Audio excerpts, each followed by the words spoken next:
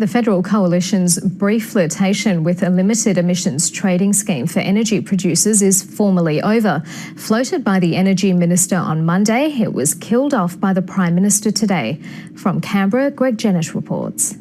Every day we go to the market. Markets. Liberals are raised on them. I used to work in the fruit and vegetable market. There we go. Trade and competition are held as guarantees of lower prices. There's my little friend here. Except there's one commodity the coalition never gets to sell. Fantastic. We will not be imposing an emissions trading scheme, however it's called, and an emissions intensity scheme is an emissions trading scheme.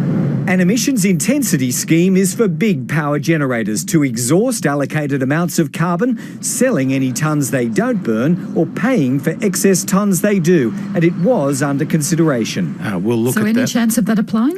Well, we'll just wait and see. The wait took just 2 days, at least 2 backbenchers and 1 cabinet meeting. We're against an ETS, we're against a carbon tax. Our policy is very clear, and it has been very clear for many years now. The coalition's anti-ETS policies held for 7 years and 6 days, since Malcolm Turnbull lost his leadership defending one. In 2009, it was embraced by the Liberals, rejected by Labor. In 2016, it's been embraced by Labor, rejected by the Liberals. A closed trading scheme for the big power generators is now Labor policy, and one it'll carry alone to the next election. Within 48 hours, our Prime Minister has yet again run up the white flag on climate change. Both major parties have commitments to cut carbon over the next 13 years. The coalition by at least 26%, Labor by almost twice that amount. And in killing off any market-based solution, the government's going against the recommendations of its top scientific advisors, but charging headlong into a fight